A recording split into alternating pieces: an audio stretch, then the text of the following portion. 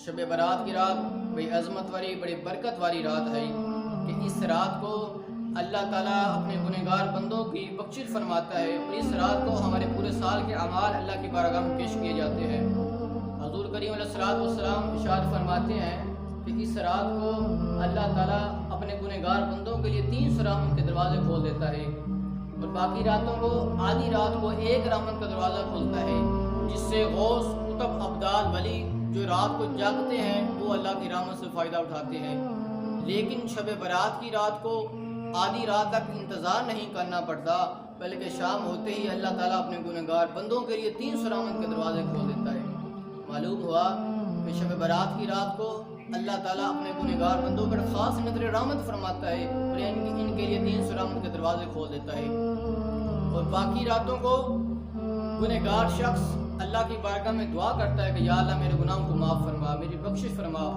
وہ بے نیاز ہے، چاہے دعا قبول کرے یا نہ کرے، لیکن شب برات کی رات کو اللہ تعالیٰ کی رحمت خود آوازیں دیتی ہے کہ کوئی ہے جو مجھ سے بخشش مانگنے والا، اس کو بخش دوں، کوئی گناہ کی توبہ کرنے والا، میں اس کی توبہ کو قبول فرما لوں۔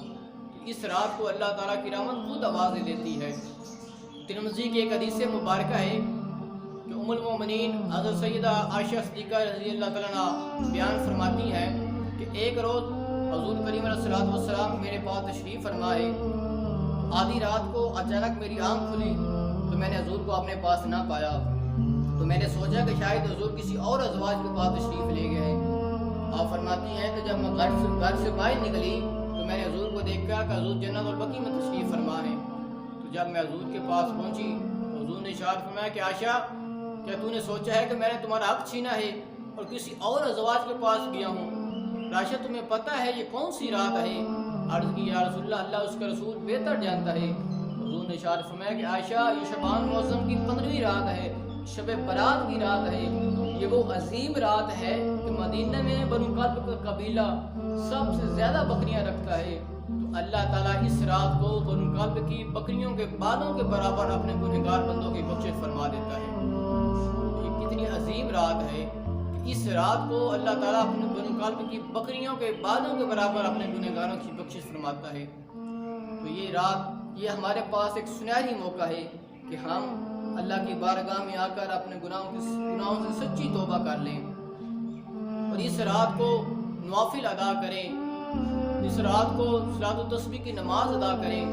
اور جو شخص اس رات کو 4 رکعت نفل پڑھتا ہے اور صبح کو روزہ رکھتا ہے تو اللہ تعالیٰ اس کے 50 سال کے گناہ کو معاف فرما دیتا ہے۔ اور جو 8 رکعت نفل پڑھے اس رات کو، اور ہر رکعت میں 11 مرتبہ سورۃ اخلاص پڑھے، اور ان نفلوں کا ثواب حضرت سیدہ طیبہ فاطمہ الزہرا رضی اللہ تعالیٰ عنہا آپ کی روح کو صالح ثواب کرے، آپ فرماتی ہیں کہ میں جنت میں اس وقت قدم نہ رکھوں گی جب تک اس کی بخشش نہ کروا دوں۔ اس رات کو نوافل بھی ادا کریں، صبح کو روزہ رکھیں، اور اس رات کو پہلی راتوں کی طرح نہ گزاریں جس طرح ہم پہلی راتوں کو سو کر گزار دیتے ہیں، عیاشی میں گزار دیتے ہیں، برائیوں میں گزار دیتے ہیں۔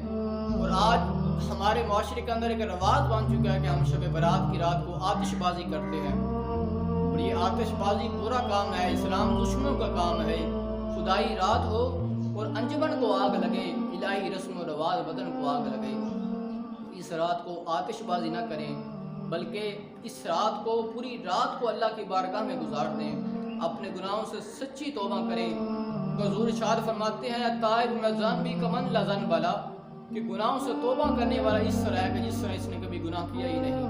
اور حضور ارشاد فرماتے ہیں کل ابن آدم خطاء وخیر الخطائین التوابون، کہ ہر انسان خطا کار ہے اور بہترین خطا کار وہ ہے جو خطا کے بعد توبہ کرتا ہے۔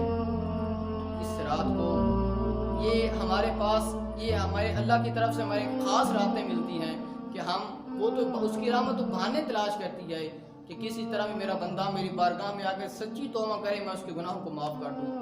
وہ تو اپنے بندوں سے 70 ماؤں سے زیادہ محبت کرتا ہے۔ اللہ تعالیٰ کی رحمت تو کہتی ہے کہ ہم تو مائل بکرم ہے، کوئی ساحل نہیں، راہ دکھلائے کسی کو راہبر منظر ہی نہیں۔ اس رات کو اللہ کی بارگاہ میں اپنے گناہوں سے سچی توبہ کریں۔ آج ہمارے پاس وقت ہے کہ ہم اپنے گناہوں سے سچی توبہ کر لیں۔ کل کا پچھتاوا آج کے پچھتاوے سے بہتر ہے۔ آج ہمارے پاس وقت ہے کہ ہم اس کی بارگاہ میں، یہ نہ ہو کہ کل ہم اس دنیا سے چلے جائیں پھر پچھتائیں کہ کاش کہ ہم دنیا میں رہ کر اپنے گناہوں سے توبہ کر لیتے۔ آج لے ان کی پناہ، آج مدد مانگ ان سے، پھر نہ مانیں گے اگر آج مان گئے۔ تو خدارا اس رات کو اللہ کی بارگاہ میں گزار لیں۔ اور حضرت ابو سعید خدری رضی اللہ تعالیٰ عنہ ایک حدیث بیان فرماتے ہیں کہ اللہ تعالیٰ کی بارگاہ میں شیطان نے کہا کہ یا اللہ مجھے تیری عزت کی قسم ہے جب تک تیرے بندے کے جسم کے اندر روح باقی رہے گی میں اس کو گناہوں کی طرف مائل کرتا رہوں گا۔ تو اللہ تعالیٰ نے فرمایا کہ مجھے اپنی عزت و جلال کی قسم ہے کہ جب تک میرا بندہ مجھ سے بخشش مانگتا رہے گا کہ میں اس کی بخشش کرتا رہوں گا۔ تو یہ کتنی عظیم بات ہے کہ انسان جب گناہ کرتا ہے، گناہ کر کے اللہ کی بارگاہ میں توبہ کرتا ہے تو اللہ تعالیٰ اس کے گناہوں کو معاف فرما دیتا ہے۔